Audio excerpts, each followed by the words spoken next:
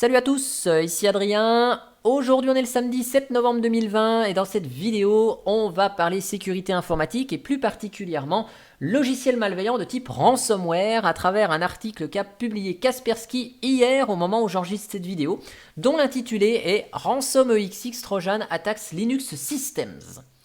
Juste avant de parler de ça, ce qui nous intéresse, on va revoir rapidement ce que c'est qu'un ransomware ou en français un rançongiciel.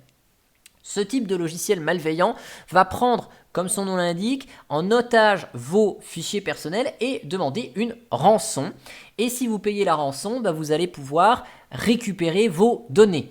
Dans le principe, ça se passe comment? Vous allez recevoir probablement un mail avec une pièce jointe infectée, c'est souvent comme ça que ça arrive, en vous disant ci-joint la facture de votre dernier achat, blabla, sauf que c'est pas un PDF que vous allez ouvrir, mais c'est le fameux ransomware qui va faire quoi? Qui va chiffrer, ou en mauvais français, qui va crypter vos fichiers personnels, photos, documents Word, Excel, PDF, et vous ne pourrez plus les consulter. Le seul moyen, c'est de les déchiffrer, ou en mauvais français, les décrypter, avec une clé qu'on va pouvoir récupérer en suivant la procédure indiquée par le pirate. Donc ici, bien sûr, les messages font peur. Attention, les disques ont été chiffrés avec un algorithme de chiffrement militaire. Donc là, on vous fait vraiment peur. Il n'y a pas de possibilité de restaurer vos données, sauf avec une clé spécifique. Et comparé aux années 90, les pirates, ils sont gentils. Dans les années 90, ils effaçaient les fichiers. Là, maintenant, on est gentil, on vous propose d'acheter la clé, si vous voulez. Donc là, il faut suivre la procédure en se connectant sur le Darknet avec Tor, en se rendant sur le site qui est mentionné par l'écran. Il y a un code qui a été généré au moment où le rançongiciel s'est exécuté sur l'ordinateur. Donc vous tapez ce code-là, on vous demande de payer la rançon. Alors c'est pas en faisant un virement sur le compte avec le RIB du pirate, c'est trop facile à retrouver pour les autorités. Donc souvent vous allez payer en monnaie virtuelle, je sais même pas trop comment ça se passe tout ça. Et donc une fois que vous avez payé en Bitcoin par exemple, cette monnaie virtuelle, eh bien le pirate vous donne la clé pour pouvoir déchiffrer vos fichiers et retrouver vos données. Ou pas d'ailleurs, parce que je ne sais pas si au final ça marche vraiment, s'il vous donne vraiment la clé après avoir payé. Donc ça existe quand même, ce type de logiciel depuis 2010-2012, c'est pas nouveau. Ça a fait grand bruit avec la fameuse attaque WannaCry qui exploitait une faille de Windows XP. Ça c'était dans les années 2017-2018, je crois, ce qui a d'ailleurs même forcé Microsoft à sortir un patch de sécurité extraordinaire pour Windows XP en 2017, alors que il n'y avait plus de mise à jour officielle pour XP depuis 2014 quand même. Voilà, donc ça, c'est pour la partie ransomware, ce que c'est. Et donc, ici, dans cet article, la société Kaspersky a déclaré avoir découvert une version Linux du logiciel de rançon Ransom EXX. Alors, en fait, ces ransomware sont principalement développés pour être exécutés sur des systèmes de type Windows.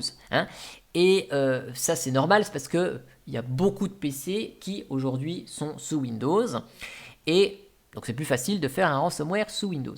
Là, ici, on va avoir une variante et c'est la première fois qu'un ransomware a été porté sur Linux. Donc on voit, c'est du code C, ni plus ni moins.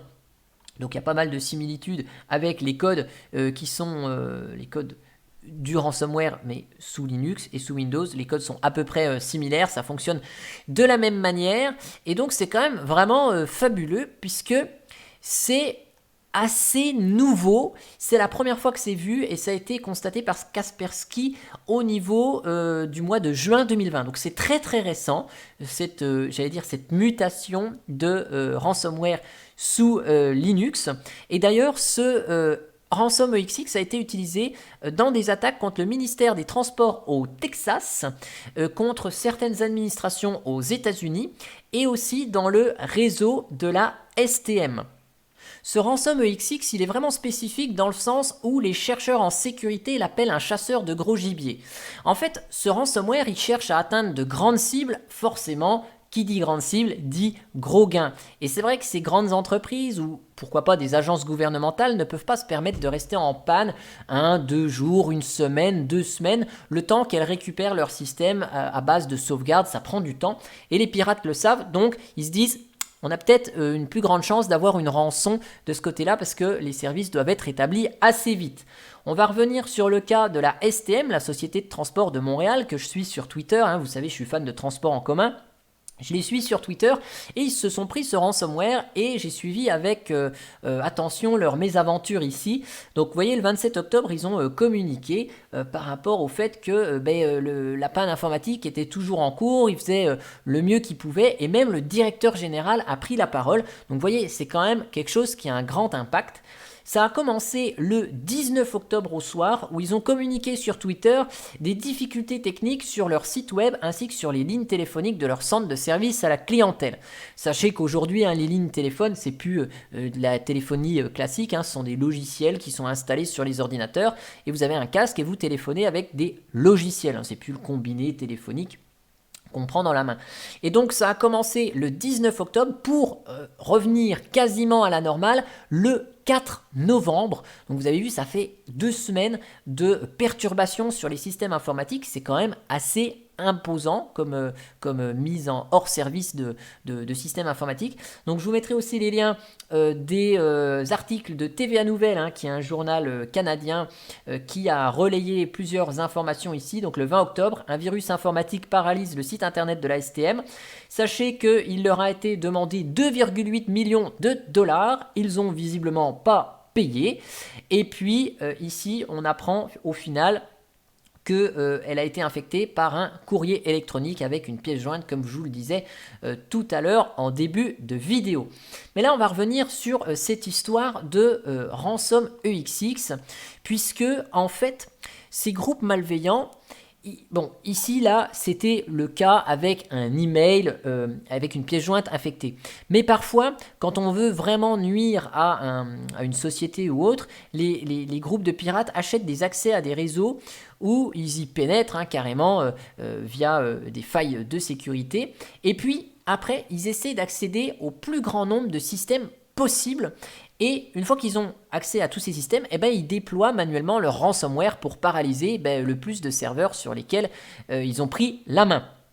Alors c'est vrai que depuis début 2020, il y a vraiment du changement par rapport à ça, puisque ces groupes, ils ont réalisé que attaquer les postes de travail, c'était pas si rentable que ça. Vous attaquez un PC, bon, vous avez juste les données sur le PC qui sont compromises. Et puis en entreprise, on se casse pas la tête. On va reformater les PC avec des images toutes prêtes. Comme ça, les systèmes infectés disparaissent. On passe à autre chose et puis on paye pas la rançon. Si besoin, on restaure les fichiers qui ont été chiffrés sur les partages réseau qui étaient installés sur le poste et puis basta. Mais là, les pirates, ils ont compris que au lieu de viser ces postes de travail, valait mieux viser les serveurs cruciaux d'une entreprise, par exemple l'Active Directory, qui permet l'authentification centralisée de tous les comptes sur les postes de travail, le DNS, pourquoi pas, comme ça vous pouvez plus accéder aux différents sites web à l'intérieur de l'entreprise, aux serveurs de fichiers, comme ça vous verrouillez les fichiers, aux serveurs de sauvegarde, très important, vous chiffrez une sauvegarde, vous ne pouvez pas restaurer votre sauvegarde vu que votre sauvegarde elle a été chiffrée. Donc, en effet, en détruisant d'abord ces systèmes, les entreprises ne pourraient plus accéder à ces services qui sont cruciaux, même si les postes de travail sont encore fonctionnels. Voilà. Donc, le groupe qui est à la tête de ce rançon EXX, là, qu'est-ce qu'ils ont fait ? Ils ont créé une version Linux de leur logiciel de rançon pour, toucher en plus des serveurs Windows, les serveurs Linux, puisque de plus en plus d'entreprises utilisent des serveurs sous Linux également. Il n'y a pas que du Windows Server derrière. Et donc, une version Linux est parfaitement logique du point de vue attaquant, puisque l'attaquant va toujours chercher à toucher le plus d'infrastructures dans le but de paralyser les entreprises le plus possible et donc d'exiger des rançons plus élevé. Donc on revient toujours à la même conclusion, c'est que les pirates touchent là où ça rapporte, quel que soit le système en face. Donc aujourd'hui, sous Linux, on n'a pas beaucoup de logiciels malveillants dans le cadre d'une utilisation poste de travail parce que c'est pas la majorité des postes de travail qui fonctionnent dans le monde. Par contre, sur les serveurs, il y a quand même 60% de serveurs qui fonctionnent sous Linux dans le monde. Et donc, ce qu'on constate avec ce rançon EXX, c'est que ça pourrait bientôt devenir une tendance qui va s'accentuer avec de plus en plus de logiciels malicieux sous Linux. Mais ils ne seront pas envoyés sous forme de pièces jointes dans un courrier électronique, parce que quand l'élément malveillant va s'exécuter, il va s'exécuter sur le poste de travail et pas sur le serveur. Donc les pirates, ils vont plutôt s'introduire de manière ciblée dans les réseaux, ensuite s'introduire sur les systèmes en douce, de manière la plus discrète possible, jusqu'à déployer leur fameux ransomware. Selon MC-Soft, qui est une entreprise de cybersécurité, Ransom EXX version Linux a déjà plusieurs variantes repérées depuis juillet 2020. Alors c'est vrai que configurer ces systèmes antivirus pour détecter les variantes de ce ransomware, c'est pas vraiment une bonne stratégie en raison de la façon dont les rançonneurs opèrent. En fait, au moment où les attaquants déploient le rançon logiciel sur les serveurs, ils sont déjà dans la plupart du réseau de l'entreprise.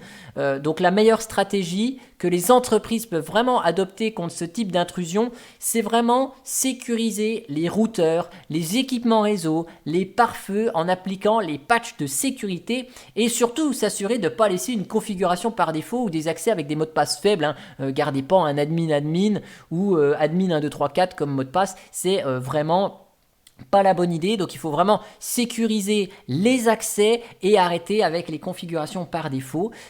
Utiliser pourquoi pas la double authentification, mais il faut quand même sécuriser les accès au système serveur, qu'ils soient Windows ou Linux. Mais il faut aussi sécuriser la partie réseau parce que c'est à travers ce biais-là que les pirates vont arriver sur les systèmes en interne et pas forcément avec une pièce jointe, vu que là les serveurs sont vraiment visés en priorité et non plus les postes de travail. Donc pour conclure, il ne faut pas se dire qu'on est invincible sous Linux, même si ici l'attaque va probablement cibler les serveurs. Il pourrait y avoir une variante de ce rançon EXX qui pourrait être envoyée par pièce jointe sur des postes de travail Linux, pourquoi pas. Donc à se méfier. J'espère que cette petite vidéo sécurité vous aura plu. Moi je vous dis à bientôt pour une prochaine vidéo. Allez, ciao ciao.